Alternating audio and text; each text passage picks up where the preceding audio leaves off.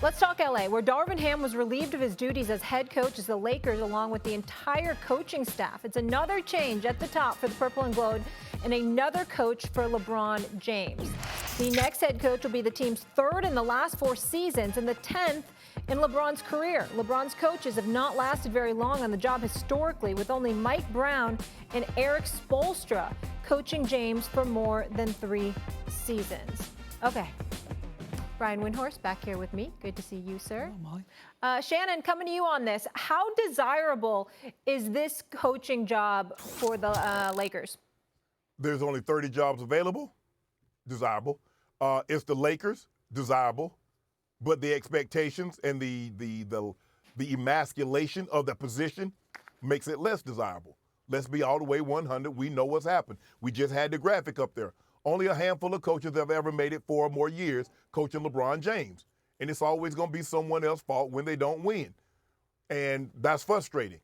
They need to say, look, he's going to be the head coach. He's going to be here. We're going to do things as he says, practice when he says, so forth and so on. But you have to empower the coach. Coach is not getting empowered with LeBron James. It's really that simple, Wendy. You've been around, you and Stephen have covered the game longer than I followed it. You're not going to be empowered. No head coach, with the exception of Miami, is going to be empowered to do things as they see fit as long as he's on the roster. And that's what makes this job less than desirable. It's a desirable job because it's a head coaching job in the NBA and you're coaching the Los Angeles Lakers. It's the same as the Dallas Cowboys in the NFL, Stephen A. You know exactly what I'm talking about. It's the Cowboys. It's a head coaching position. It's only 32 in the world. Well, this is even fewer. It's only 30 of these jobs in the world, and you're coaching one of the 2 or 3 most prominent franchises in all of NBA. But we know what comes along with coaching that franchise and coaching said player. I have compared the Los Angeles Lakers head coaching job in this era to being the vice president, because it is a very high prestige job and you get a lot of benefits from it. But at best, you're 3rd or 4th in charge. You're not paid very well usually, and you get blamed a lot. And it's nothing like being in the lead seat. That's just the way that it is. And the other thing is, and I'll speak historically here because I'm not going to predict what the Lakers are going to do going forward, but historically, the Lakers have not been willing to pay top dollar for head coach. They did for Phil Jackson after he won them multiple championships, and it was a short window. They've been outbid multiple times for coaches got other offers and took the other job.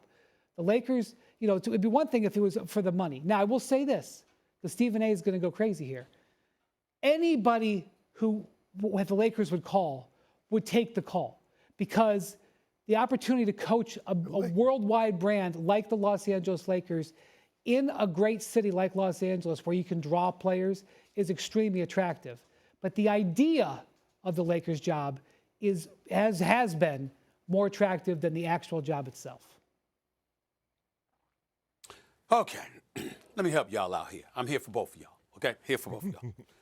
Couple of things that we got to throw out of the way here right now, all right? Whoever that coach is that told you he wouldn't want the job, he'd rather be in the East, he doesn't deserve a head coaching job. You got to take challenges, okay? If there wasn't, if the job was that attractive, if all of the pieces were in place, why the hell would they need a head coach?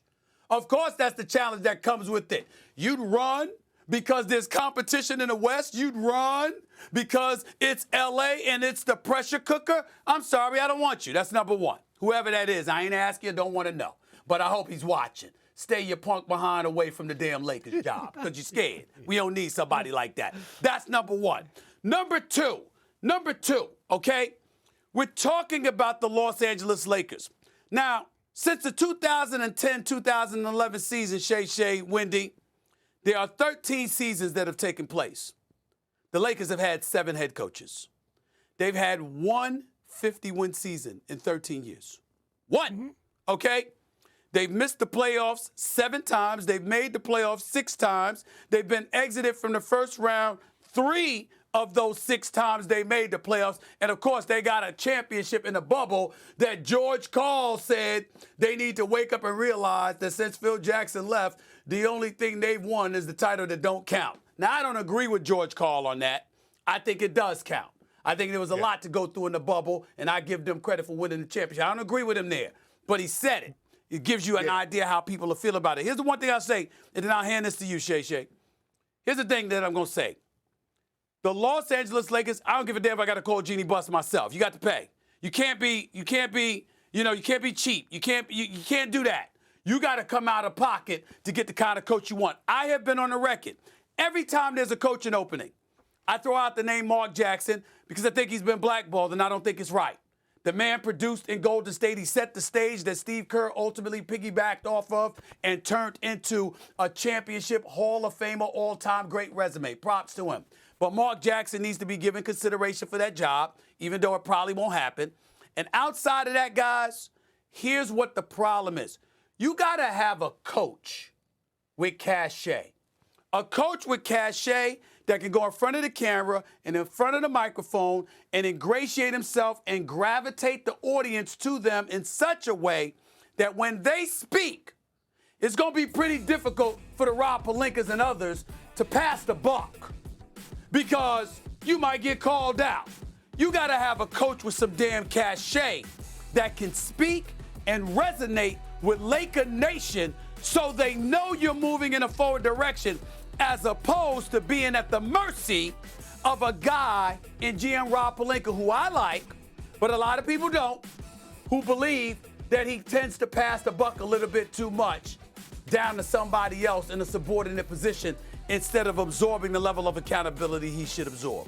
You got to have a coach with the cachet to pull that off. That's what I want to say about that. Go ahead, Shay Shay. But when you look at the Cowboys and you look at and you say you should, yes, people are going to take the call because it's the Cowboys. People are going to take the calls because it's going to be the Lakers.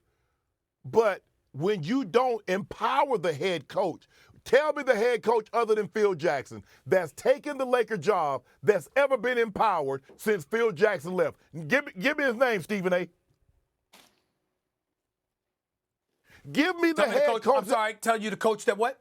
Give me the coach that's ever been empowered since Phil Jackson for the Lakers. Nobody. Well, how the hell you coach? How the hell you coach? Go back and look. I think it was ESPN put up a stat. I think there are only 8 players that's still in the playoffs in the Western Conference that's over the age of 30. The Minnesota Timberwolves got 2 of them. Rudy Gobert and Mike Conley. It's a young man's game.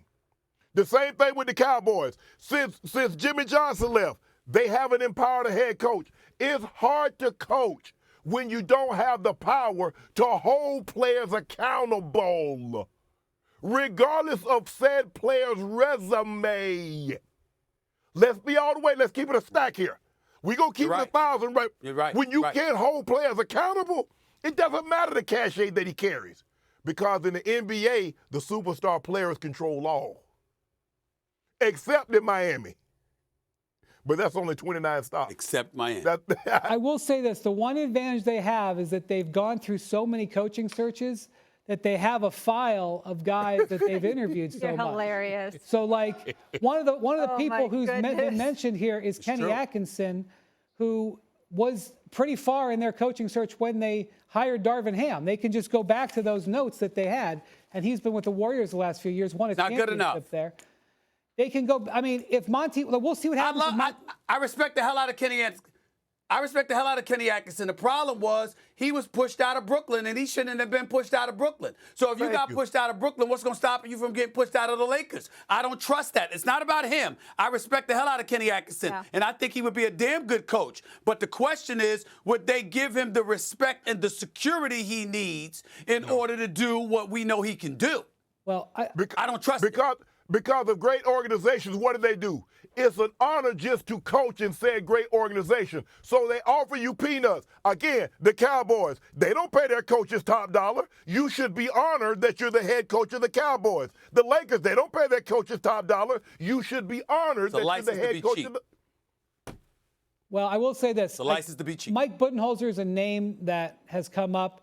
The coaches who are in the NBA right now who have a ring are pretty much earning 8 figures a year. That's what it would take, I think, to hire Mike Budenholzer. So Lake doesn't think about that. The only interesting thing I will say, keep an eye on Detroit.